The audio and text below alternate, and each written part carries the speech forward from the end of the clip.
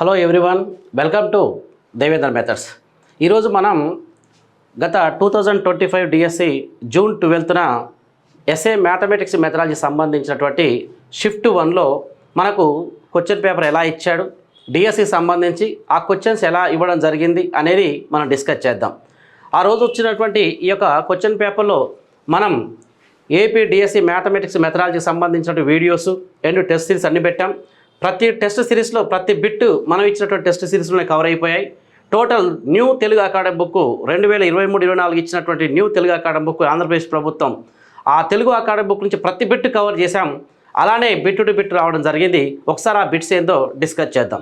దాంతోపాటు మన దేవేంద్ర మెథడ్స్ యాప్లో ఏమేమి ఉన్నాయి కోర్సులు కూడా ఒకసారి చెప్దాం. చూడండి, ఈ మధ్య ఇంగ్లీష్ మీడియం కూడా మనం పెట్టాం టెస్ట్ సిరీస్లు, ఒకసారి అవి కూడా చూద్దామండి. ఇక్కడ ఇవి పేపర్ 2కు ఆల్రెడీ ఇప్పుడు మనకు టెట్ ఉందండి. ఆ టెట్కు మ్యాథమెటిక్స్ అండ్ సైన్స్ అంటే బయోసైన్స్ అండ్ ఫిజికల్ సైన్స్ సంబంధించిన videos and test series available ఉన్నాయి.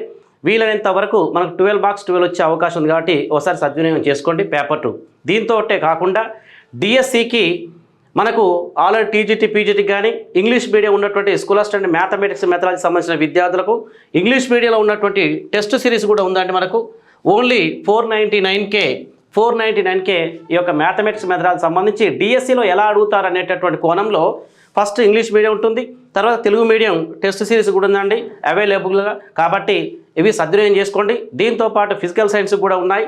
అన్ని కోర్సులు మన app Devendra methods app download చేసుకొని ఒకసారి మనకు ఆ డౌన్లోడ్ చేసుకున్న తర్వాత కోర్సులోకి వెళ్ళండి. కోర్సులోకి వెళ్తే మీకు మన దేవేంద్ర మెథడ్స్ యాప్లో ఏమేమి కోర్సులు ఉన్నాయి అని చెప్పి తెలుస్తుంది. Mathematics school assistant mathematics and physical science సంబంధించినటువంటి వీడియోస్ అన్ని కోర్సులు మనకు ఉన్నాయండి. ఒకసారి చూసుకొని వీలైతే ఏమైనా డౌట్స్ ఉంటే కూడా కాల్ చేసి అడగవచ్చు, ఎలాంటి అభ్యంతరం లేదు. ఓకే, తర్వాత మనకు ఇక్కడ స్కూల్ అసిస్టెంట్ మ్యాథమెటిక్స్ మెథడాలజీలో కనీసం 72 మెంబర్స్ జాబ్లు వచ్చాయి. మ్యాథమెటిక్స్ అండ్ ఫిజికల్ సైన్స్ రెండు కలిపండి. దాంట్లో మన విద్యార్థులు ఎంతమంది అంటే చూడండి ఒకసారి. ఇప్పుడు అనంతపురం డిస్టిక్ మంజుల ఫస్ట్ ర్యాంక్ కానీ, అదేవిధంగా అపర్ణ మేడం కానీ, నెక్స్ట్ ఉన్నటువంటి మీనా, వీళ్ళందరూ కూడా మనకు కనీసం ఉన్నటువంటి అవైలబుల్ సమాచారం ఉన్నంత వరకు వీళ్ళకి తీసుకున్నాం. వీడియోలో దేవేందర్ మెథడ్స్ అని చెప్పి యూట్యూబ్లో ఒకసారి చూడండి. ప్రతి ఒక్కరు వీడియో క్లిప్లు ఉంటాయండి. ఆ వీడియో క్లిప్లు సెల్ఫ్ వీడియోస్ 1 మినిట్ వీడియో పెట్టాం. వాళ్ళ మాటల్లో ఒకసారి చూడండి. మన మెథడాలజీలో 2020 వచ్చాయండి ప్రతి ఒక్కరికి. ఇక్కడ ఉన్నట్టు సాధించిన ప్రతి ఒక్కరండి కనీసం 2000 మెంబర్స్ అందరూ కూడా 17 క్రాస్ చేశారు. జాబ్లో వచ్చినటువంటి వ్యక్తులందరూ 18.5, 19, 20, 20 వచ్చాయండి. ఒకసారి దేవేందర్ మెథడ్స్ అని చెప్పి యూట్యూబ్లో సెర్చ్ చేయండి, మీకు మంచి ఇన్ఫర్మేషన్ దొరుకుతుంది. ఏమైనా డౌట్స్ ఉన్న సబ్జెక్ట్ పరంగా ఫోన్ చేసి అడగొచ్చండి. కాబట్టి ఒకసారి మన యాప్ డౌన్లోడ్ చేసుకోండి. డిఎస్సి దగ్గరకు వస్తుందండి. రేపు ఎలాగైనా 2026 జనవరిలో డిఎస్సి నోటిఫికేషన్ ఇచ్చే అవకాశం చాలా ఉంది. మార్చిలో ఎగ్జామ్ పెట్టాలని సన్నాహాలు చేస్తున్నారు. మార్చి కావచ్చు, ఏప్రిల్ కావచ్చు, లోపలనే ఎగ్జామ్ అవుతుంది. కాబట్టి ఇప్పటి నుంచే డిఎస్సికి చదివేటటువంటి వ్యక్తులు 100% సద్వినియోగం చేసుకోండి. మన mathematics methodology new academic books ఆధారంగా చెప్పాం, అప్డేట్ చేశాం.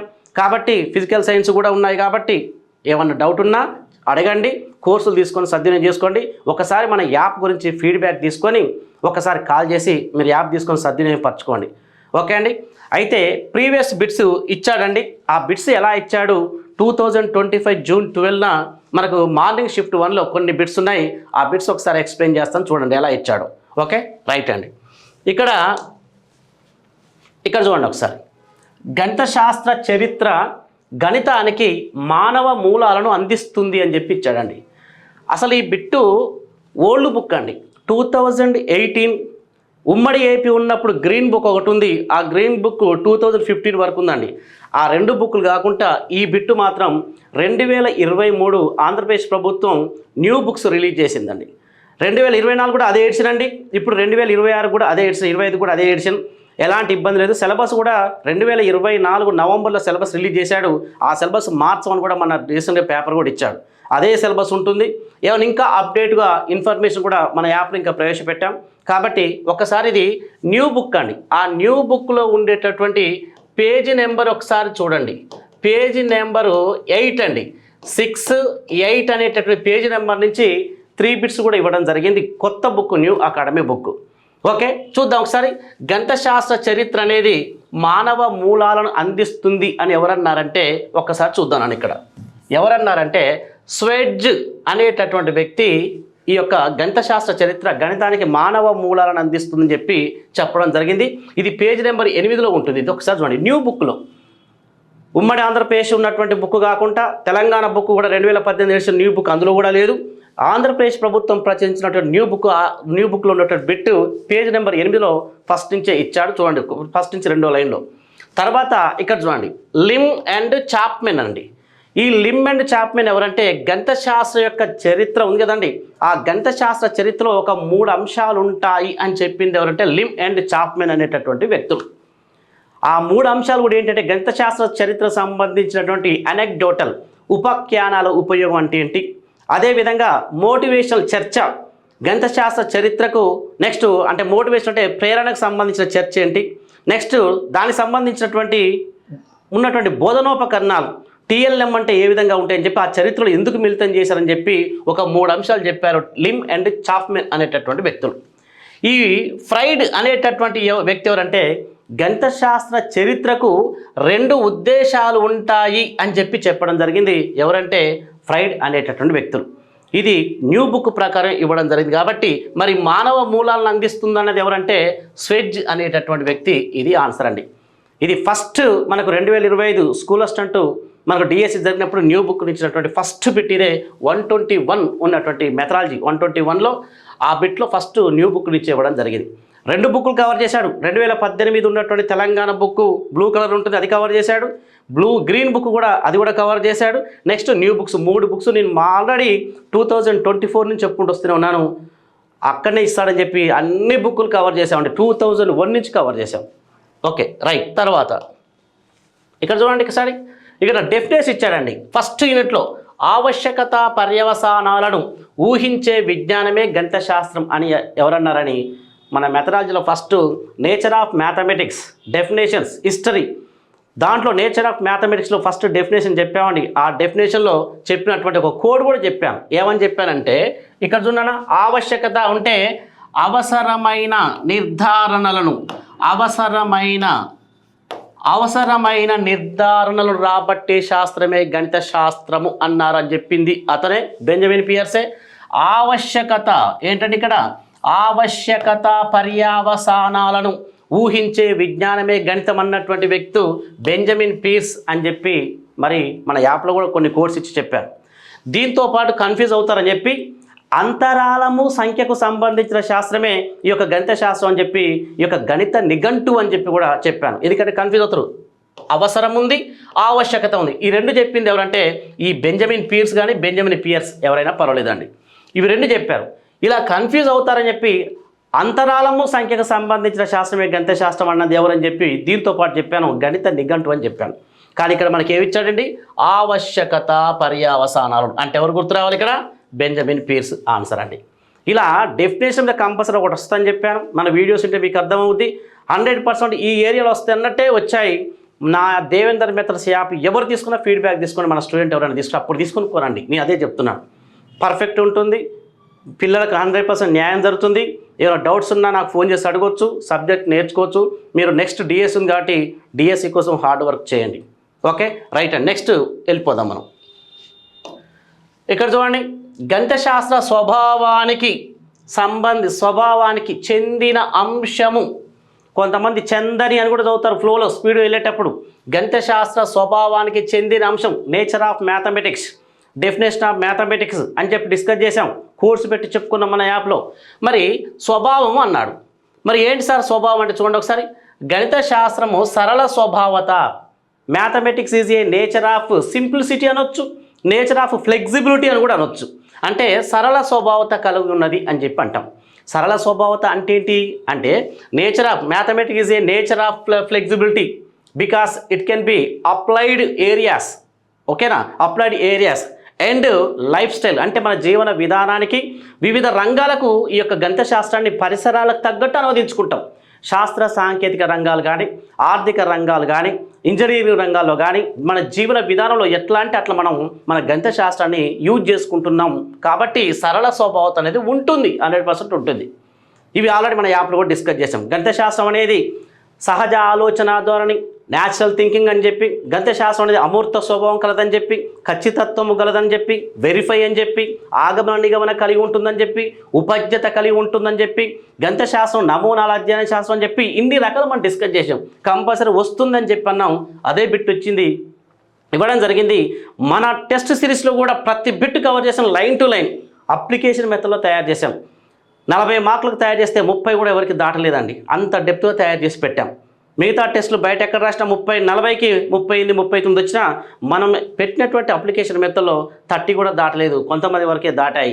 అలా చేస్తేనే సబ్జెక్ట్ వచ్చింది. ఈరోజు చాలామంది జాబులు రావడం జరిగింది. ఓకే, సరళ స్వభావత అన్నారు. Mathematics is a nature of logical thinking, తార్కికమైనది అంటే ఇక్కడ చూడండి.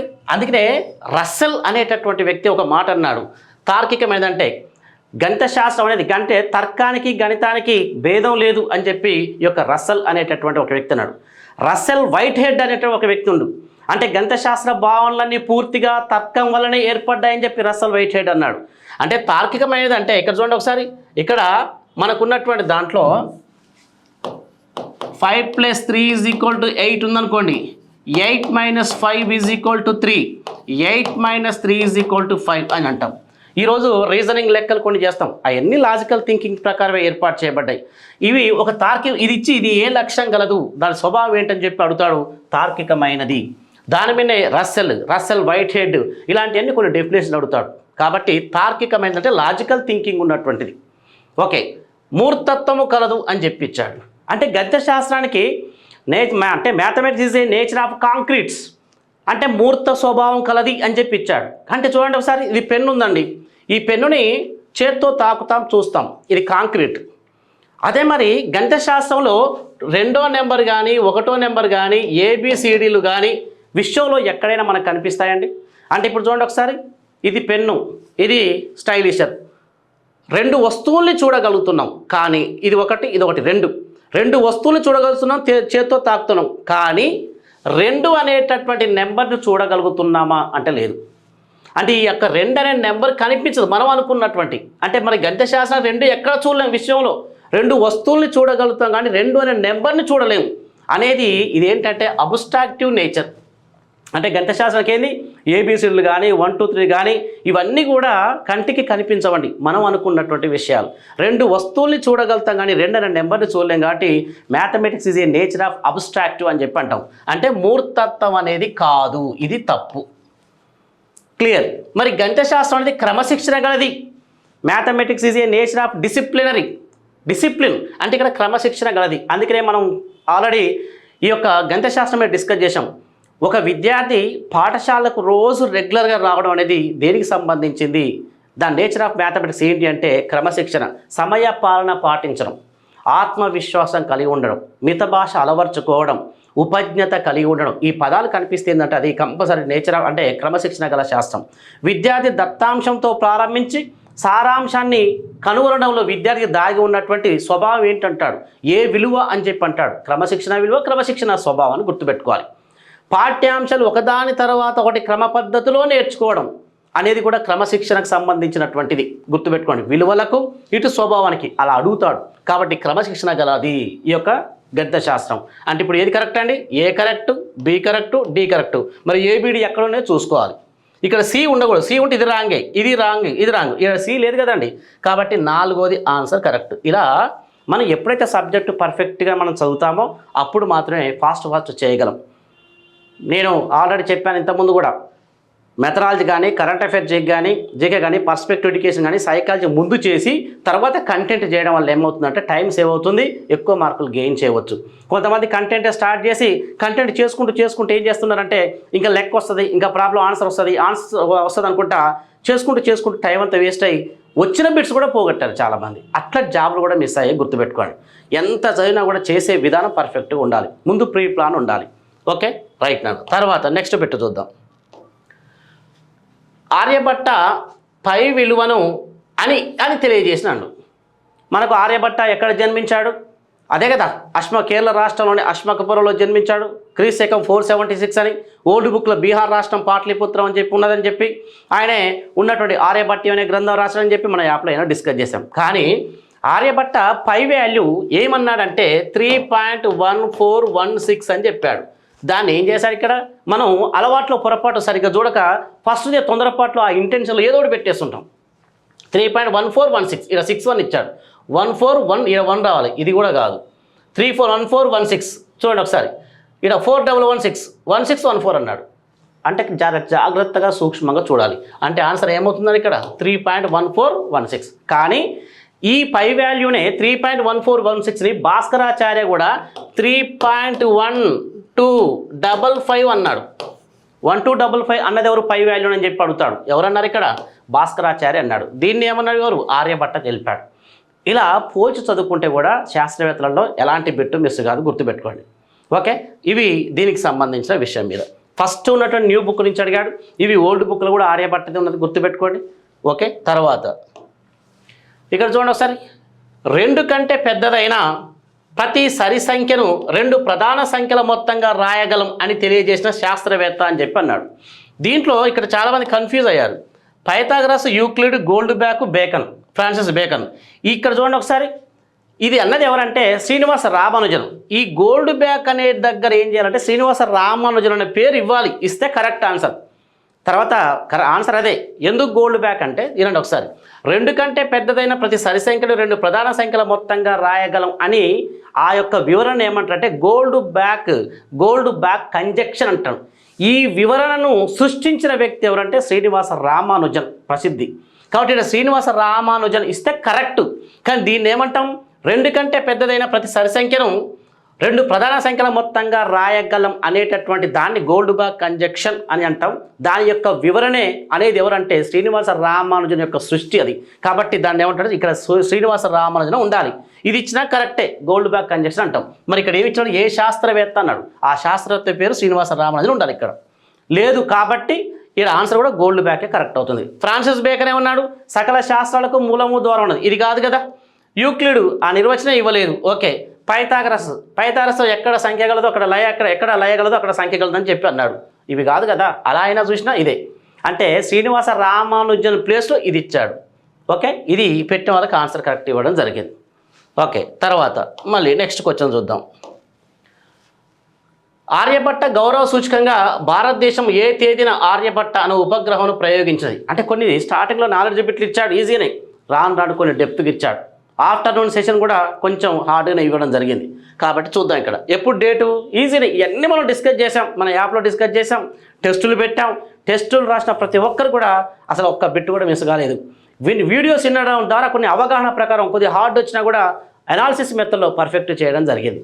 ఓకే, ఇప్పుడు ఏంటంటే ఇక్కడ 18 కాకుండా 19 ఏప్రిల్ 1975లో ఈ యొక్క భారతదేశం ఆర్యభట్ట అనేటువంటి ఉపగ్రహం ప్రయోగించింది. ఇది మనకున్నట్టు ఆన్సర్ కరెక్ట్ అండి. ఈ విధంగా మనం ఒక్కొక్క క్వశ్చన్ కూడా ఇలా యూట్యూబ్లో కొన్ని పెడతాను. మన యాప్లో కూడా ప్రీవియస్ బిట్ ఉన్నటువంటి అంటే ఇక్కడ 2025 జూన్ 12న మనం డిస్కస్ చేసినటువంటి పేపర్లు అన్నీ కూడా అవైలబుల్ ఉన్నాయండి.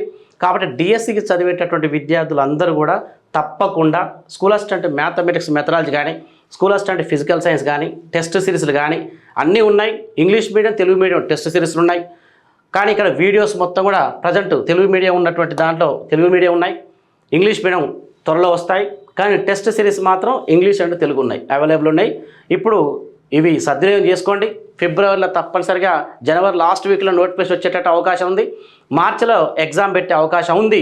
మార్చిలోనే ఏప్రిల్ అనుకోండి, ఒక మాట, ఒక నెల అటు ఇటు.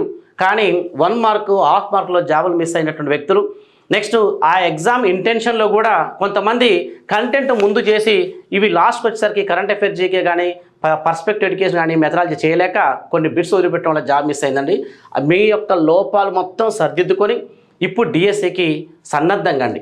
110 మార్క్స్ ఎవరికైతే ఎక్కువ ఉంటాయో కొద్దిగా డిఎస్సి కోసం ఎక్కువ ఫోకస్ చేయండి. అసలు టెట్ లేని వాళ్ళైతే రాయండి. టెట్ కూడా చాలా ఇంపార్టెంట్, కీలకం. కానీ డిఎస్సికి కూడా content and methodology very very important. కంటెంట్లో 40 మార్క్స్కు 40 అండ్ మెథడాలజీ 20 మార్క్స్, ఈ 60 మార్క్స్ 55 క్రాస్ అయ్యేటట్టు ఇప్పటి నుంచే ప్రీ ప్లాన్ ప్రకారం చేయండి. టెస్టులు రాయండి. దాంతో ప్రకారం డౌట్స్ ఉంటే మన మెథడాలజీ సంబంధించి ఫోన్ చేసి అడగండి. ఓకే, ఆల్ ది బెస్ట్ అండి. మళ్ళీ నెక్స్ట్ వీడియోలో 126 నుంచి మళ్ళీ మనం కొన్ని డిస్కస్ చేద్దాం.